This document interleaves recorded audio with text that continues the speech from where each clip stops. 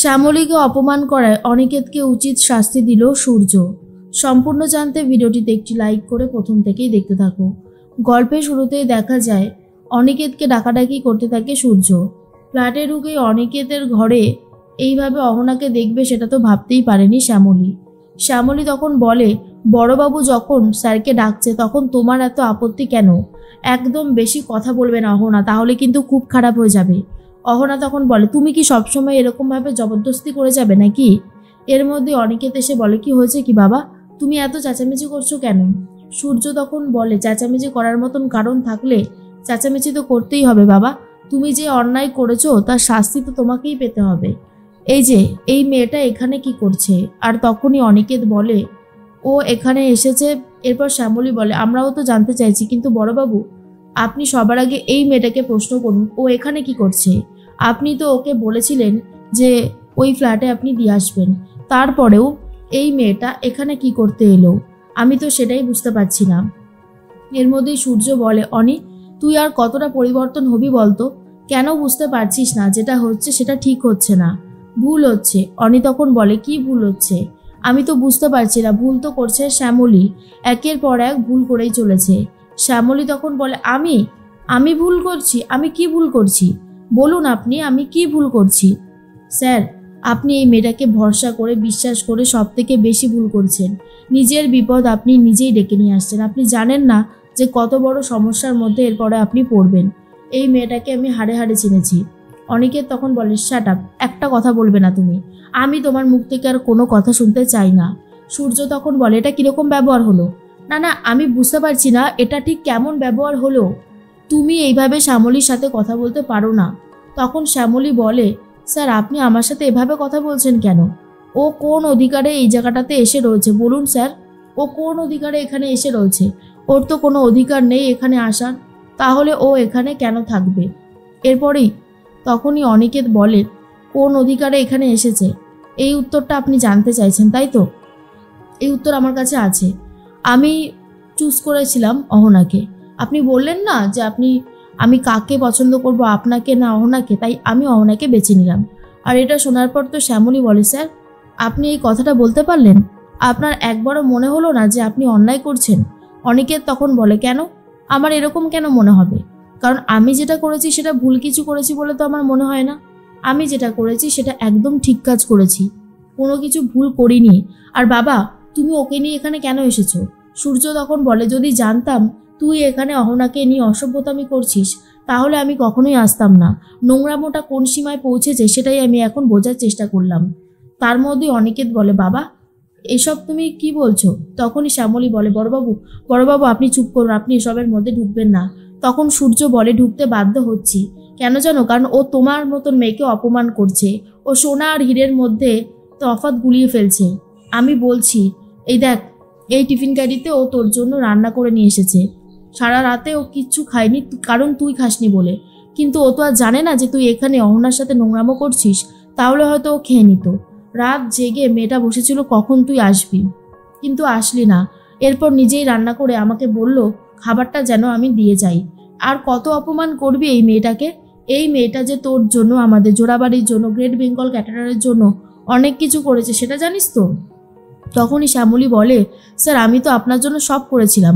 আমি আপনাকে ভালোবাসি বলেই তো করেছি। আপনি আমাকে অস্বীকার করছেন করুন, কিন্তু আপনি অহনার সাথে কেন এখানে আসবেন? আমি তো সেটাই বুঝতে পারছি না। তখনই অনিকেত বলে, এই যে শ্যামলী, আপনি তো আমার কাছ থেকে এক এক করে সব কিছুই কেড়ে নিচ্ছেন। আর কি কিছু বাকি আছে? শ্যামলী এসব কথা শুনে পুরোই অবাক হয়ে যায়। শ্যামলী তখন বলে, আমি আপনার থেকে কেড়ে নিচ্ছি? কিন্তু আমি আপনার থেকে কি কেড়ে নিচ্ছি? আমি তো সেটাই বুঝতে পারলাম না।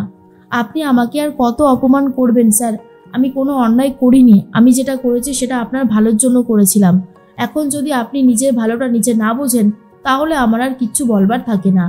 এর মধ্যেই শ্যামলী ভাবে, যা হচ্ছে সেটা ভালো হচ্ছে না। ঝামেলাটা ক্রমাগত বেড়েই চলেছে, এতে ক্ষতি ছাড়া আর ভালো কিছু হবে না। তার মধ্যেই একটা কথা মনে মনে ভাবে অহনা, ব্যাস যুদ্ধ লাগিয়ে দেওয়া গেছে, এরপরেই আমার খেল হবে। অন্যদিকে সূর্য তখন বলে, শোন অনি, তুই আর জোড়াবাড়িতে কখনো ফিরিস না। আমি চাই যে তুই জোড়াবাড়িতে ফিরিস না। আর তুই আজকে থেকে তোর নিজের মতন থাক। এই মেয়েটাকে যখন বেছে নিয়েছিস তখন তোর আলাদা থাকাই ভালো। শ্যামলী তখন অবাক হয়ে যায়। অনিকেত তখন বলে, বাবা তুমি আমাকে এত বড় কথা বললে। একদিন ঠিক মামনিও আমাকে এই অফারটাই করেছিল, হয় মামনি না হলে এই অহনা, দুজনের মধ্যে একজনকে আমায় বেছে নিতে হবে। আজ এতগুলো বছর কেটে গেছে, তারপরেও এই কথাটা তুমি রিপিট করলে। আমার ভাবতেই কেমন যেন অবাক লাগছে।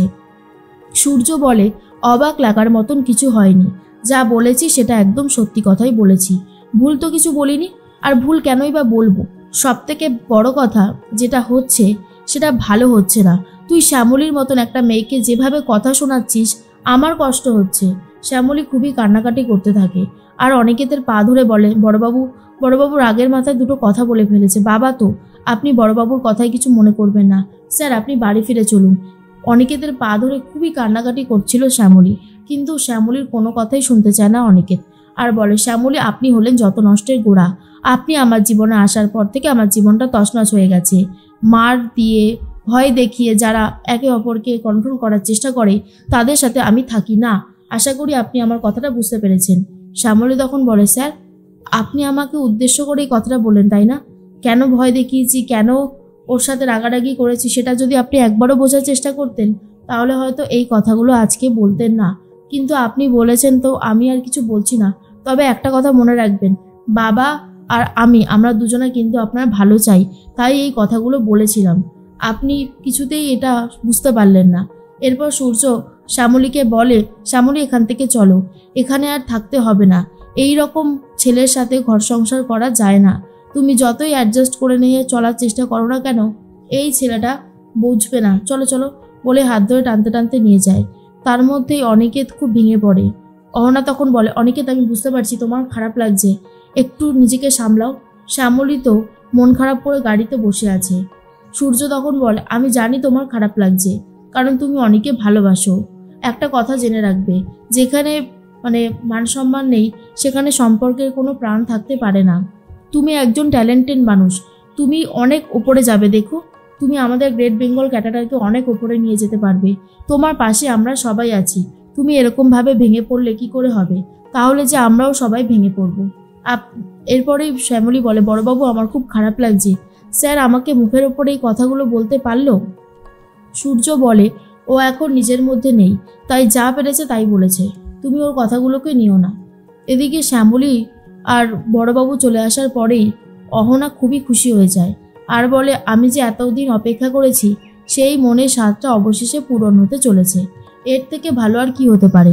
যত তাড়াতাড়ি সম্ভব অনিকেতকে এবারে বিয়ে করে নিয়ে সমস্ত সম্পত্তি বাড়ি গাড়ির মালিক হব শুধুমাত্র আমি, আর কেউ নয়।